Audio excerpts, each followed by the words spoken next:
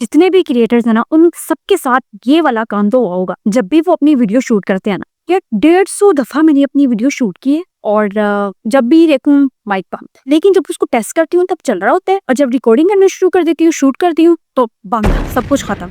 वैसे तो कल परसों ही मैं यूट्यूब पर आई हूँ। अच्छा, हम टॉपिक से हट गए हैं। बात ये करनी थी कि आपको चूज करना है N10 या make.com, और ये डिपेंड करता है कि आप किस पे करना चाहते हैं काम। मेरा तो ये खुद का एक्सपीरियंस है ना, जब मैं ऑटोमेशन की दुनिया में आई थी और मैंने प्लेटफॉर्म चूज करना था कि मुझे किस पे काम करना है। मुझे लैंगचेन पे काम करना है, लैंगग्राफ पे करना है, किरियो AI पे करना है, मेक पे करना है, यहाँ पे N10 में करना है। इससे पहले मुझे ना बहुत कुछ पता था।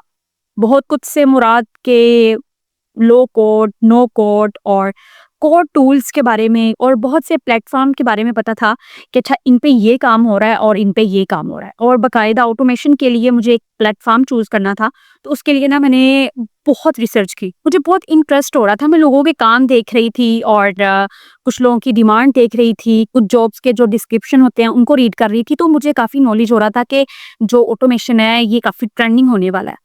तो मुझे तब एक प्लेटफॉर्म चूज करना था, और ड्यूरिंग मैं एक इंटर्नशिप भी करी थी आर्टिफिशियल इंटेलिजेंस के रिलेटेड। हमारे इंस्ट्रक्टर थे जो कि हमें लीड करे थे इंटर्नशिप में, तो उन्होंने कहा कि आप ना मेक से शुरू करें, मेक से स्टार्ट करें काम करना। तो मैंने ना इससे पहले बहुत रिसर्च की हुई थी, जैसे गूगल रिसर्च भी की, LLM रिसर्च की, तो तब जाके मुझे पता चलता है कि जो N10 है ना, उसको मैं हर तरह से कंट्रोल कर सकती हूँ। और वो ओपन सोर्स भी था, फ्री भी था, उसे मेरे लोकल सिस्टम पर भी चलना था बिल्कुल फ्री ऑफ कॉस्ट। हाँ, लेकिन लोगों की यूट्यूब वीडियो देखकर मुझे ये हुआ था कि N10 थोड़ा-सा मुश्किल है, उसमें नोट्स खुद क्रिएट करने पड़ते हैं। तब मेरे में ना बड़ी क्यूरियोसिटी रहती थी, जब तक मैं काम को खुद नहीं कर लेती थी, मुझे यकीन नहीं आता था। तो मैंने कहा नहीं, मुझे यही करना है। लेकिन जो मेरे इंस्ट्रक्टर थे, वो मुझे ये कह रहे थे कि नहीं, तुम मेक से स्टार्ट लो, मेक ईज़ी है, तुम ईज़ी से काम कर सकती हो। लेकिन मेरी सोच अड़ी हुई थी N10 के ही ऊपर। चलो ठीक है, मैंने एज़ अ इंस्ट्रक्टर के कहने पर मुझे था कि इनके पास नॉलेज है, आखिर उन्होंने काम किया है, तो मुझे मेक से स्टार्ट कर लेना चाहिए। अच्छा, मेक पे वर्क फ्लो 1 बनाया, वर्क फ्लो 2 बनाया, वर्क फ्लो 3 बनाया, मतलब करते-करते काफ़ी सारे वर्क फ्लो बिल्ड किए। ईज़ी लगा, सही था, मज़ा आ रहा था। फिर वो इंटर्नशिप का सारा जो ड्यूरेशन था ना, वो मैंने make.com को दिया। बड़ी प्रैक्टिसेस की, रात लगाई, दिन लगाई उसी के ऊपर, और फिर मेरी जॉब स्टार्ट हुई। अच्छा, मेरी जो कंपनी थी ना, वो बड़ी शोधी टाइप की थी। उन्होंने ऐसा किया हमसे, जो पहले मेक दिया हुआ था ना, पहले भी कोई उन्होंने हमें सब्सक्रिप्शन ही लेके दी थी। पहले भी हम ऐसे ही काम कर रहे थे, मतलब डिफरेंट अकाउंट्स पर, आपको तो पता ही है ना टेक्स का। हाँ, तो ऐसे काम कर रहे थे। फिर उसके बाद उन्होंने कहा कि नहीं, आप ना N10 को लोकल इंस्टॉल करें, N10 पे काम करें। तब वो मुझे ना मतलब बहुत हो रहा था। मैंने कहा इंटर्नशिप में मैंने सबसे ज़्यादा रोला डाला हुआ था कि मुझे N10 पे काम करना है। मैंने उस पे बहुत रिसर्च की हुई थी। मुझे पता था कि ये कंपनी का जो इतना सारा बर्डन है ना, ये N10 ही उठा सकता है। मसला आ जाके उन लोगों को यही था कि जो उनके क्लाइंट्स थे, वो उनको N10 की सब्सक्रिप्शन पे नहीं करते थे। तो उन्होंने कहा था कि हम क्लाइंट का ही काम करते हैं और यही लोग हमारी सब्सक्रिप्शन पे नहीं करते। अब बात करने का मकसद, इतनी लंबी स्टोरी सुनाने का मकसद सिर्फ यही था कि जब मैंने मेक स्टार्ट किया था और उसके बाद मैंने N10 स्टार्ट किया, कोई भी डिफरेंस नहीं देखा, कोई मुझे मुश्किल नहीं आई। एक वो कहते हैं ना, टेक्निकल इश्यूज होते हैं कि पता नहीं चल रहा है उसको, मतलब चलाना नहीं आ रहा है, उसके फीचर्स का नहीं पता चल रहा है, कहाँ से क्या लेना है नहीं पता चल रहा है। तो ये मेरे साथ इश्यूज नहीं थे।